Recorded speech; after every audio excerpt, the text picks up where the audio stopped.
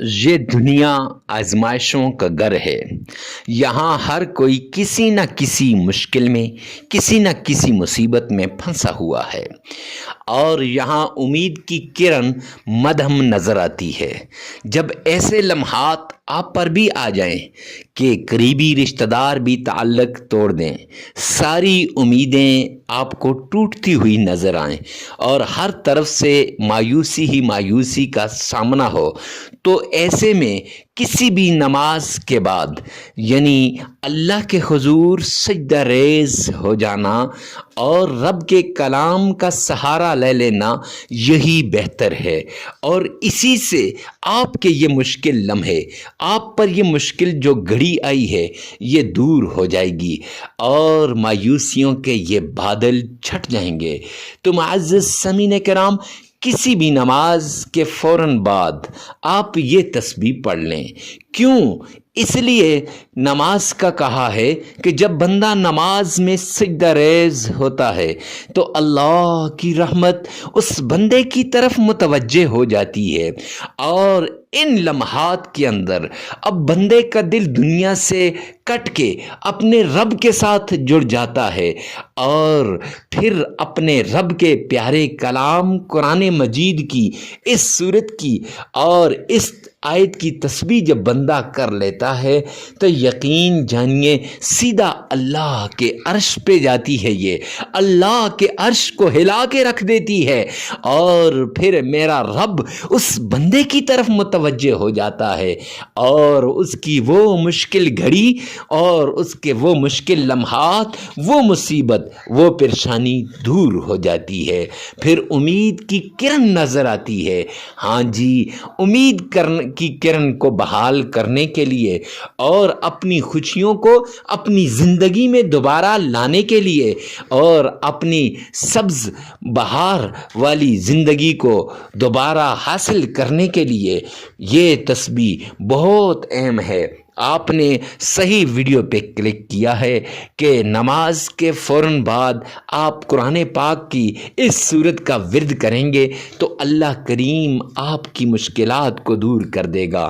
رزق کی پریشانی ہو، عزت کی پریشانی ہو، مال کی پریشانی ہو، دولت کی پریشانی ہو، اولاد کی پریشانی ہو، یا کسی کیس کی پریشانی ہو، جادو، جنات، تعویذات، نظر بد، بندش وغیرہ کی کوئی پریشانی ہو تو یہ صورت آپ کے لیے بڑی کارآمد ہے۔ کیوں؟ اللہ کے کلام کے اندر وہ تاثیر ہے کہ جس سے اللہ سبحانہ و تعالی ہر مشکل کو دور کر دیتے ہیں، پرانے سے پرانا جادو ختم ہو جاتا ہے، ہر طرح کی نظر بد اور بندش وغیرہ ختم ہو جاتی ہے۔ جی ہاں، لمحوں کے اندر، اور آپ کو کہیں جانا بھی نہیں پڑے گا، آپ کو کسی کے در پہ ٹھوکریں بھی نہیں کھانی پڑیں گی، آپ کو کسی کی منتیں بھی نہیں کرنی پڑیں گی۔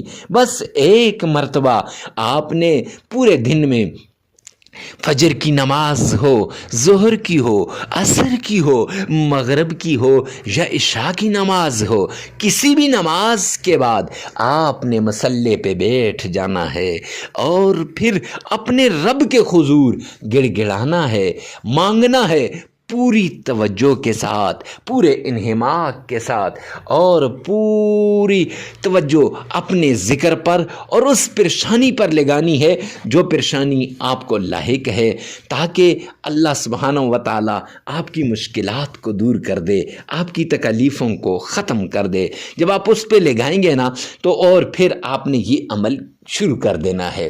اب آپ ادھر یہ عمل کریں گے اور یوں سمجھیں گویا آپ درود پاک پڑھتے ہوئے نبی پاک صلی اللہ علیہ وسلم کے روضے کے بالکل سامنے کھڑے ہیں، اور درود پاک پڑھنے کے بعد جب آپ آیت کی تلاوت کریں گے آپ سمجھیں کہ میں اپنے رب کے دروازے کو کھٹکھٹا رہا ہوں، دستک دے رہا ہوں۔ میرے رب کا فرمان ہے، حدیث قدسی میں آتا ہے، جب بندہ میرے طرف ایک ایک ہاتھ آتا ہے تو میں ایک بالشت اس کی طرف بھاگتا ہوں، اور جب بندہ ایک بالشت میری طرف آتا ہے میں پورا ایک یعنی ایک بازو اس کی طرف جاتا ہوں۔ جب بندہ میری طرف چل کے آتا ہے میں بھاگ کے اس کی طرف جاتا ہوں۔ تو میرے پیارے بھائیوں، آپ نے یہ والی جو ہے حدیث پاک ذہن میں رکھ کر اپنے رب کو بلانا ہے، تاکہ اللہ کریم آپ کی مشکلات کو دور کر دے۔ انشاءاللہ مشکلات ختم ہو جائے گی۔ تو آئیے چلتے ہیں اس پیارے عمل کی طرف جس سے زندگیاں بنتی ہیں، جس سے حالات بدلتے ہیں۔ وہ کون سا ہے، کون سی آیت ہے، کون سی صورت ہے، کون سا اللہ کا نام ہے اور کیسے پڑھنا ہے، سب کچھ آگے چل کر۔ لیکن اگر ہماری ویڈیو آپ کو اچھی لگے تو لائک تو بنتا ہے، کمنٹ سیکشن کے اندر اپنی رائے لازمی دیجیے گا۔ اللہ کریم ہماری مشکلات کو دور فرمائے۔ آئیے چلتے ہیں اس پیارے عمل کی طرف۔ عمل کیا ہے؟ سب سے پہلے آپ نے آمنہ کے لال عبداللہ کے در یتیم جناب نبی کریم صلی اللہ علیہ وآلہ وسلم کی شان میں عقیدت کے ساتھ، پیار کے ساتھ، اور چونکہ ربیع الاول کا مہینہ ہے تو اس لیے اس مہینے کے اندر آپ نے اور زیادہ پیار سے آقا پر درود پاک کا نذرانہ پیش کرنا ہے۔ اب درود پاک کتنی بار پڑھنا ہے اور کیسے پڑھنا ہے اور کون سا درود پاک پڑھنا ہے، سب کچھ آگے چل کر بتاؤں گا، آپ نے پریشان نہیں ہونا۔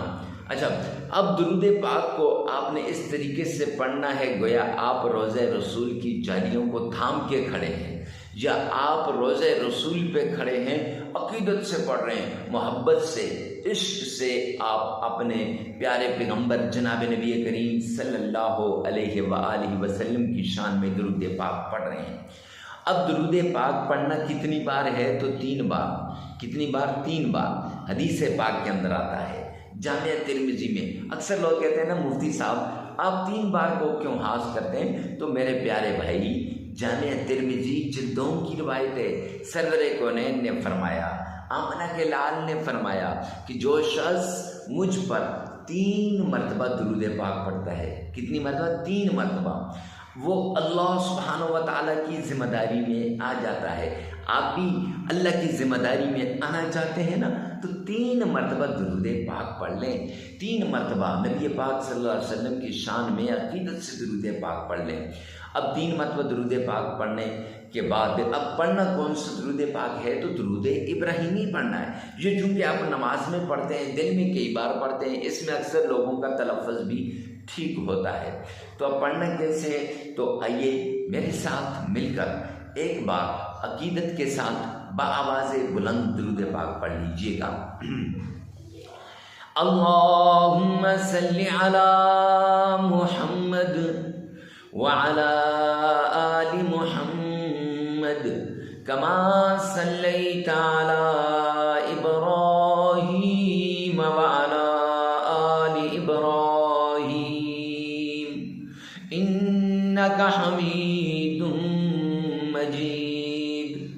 اللہم بارک علی محمد وعلی آل محمد کما بارکت علی ابراہیم وعلی آل ابراہیم انک حمید مجید۔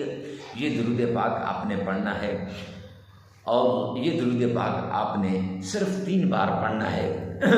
اگر آپ کا تلفظ صحیح نہیں ہے، پریشان نہ ہو، اسی ویڈیو کے اندر سے آپ نے 3 بار پیچھے کر کے اس درود پاک کو آپ نے سن لینا ہے، اور 1 بار اپنی زبان سے لازمی ادا کرنا ہے۔ درود پاک پڑھنے کے بعد اب آپ نے کیا کرنا ہے؟ اللہ کریم کا یہ پیارا نام یا لطیف یا لطیف یا لطیف، اب 1001 بار آپ نے پڑھنا ہے۔ کتنی بار؟ 1001 بار یا لطیفوں کو آپ نے پڑھنا ہے۔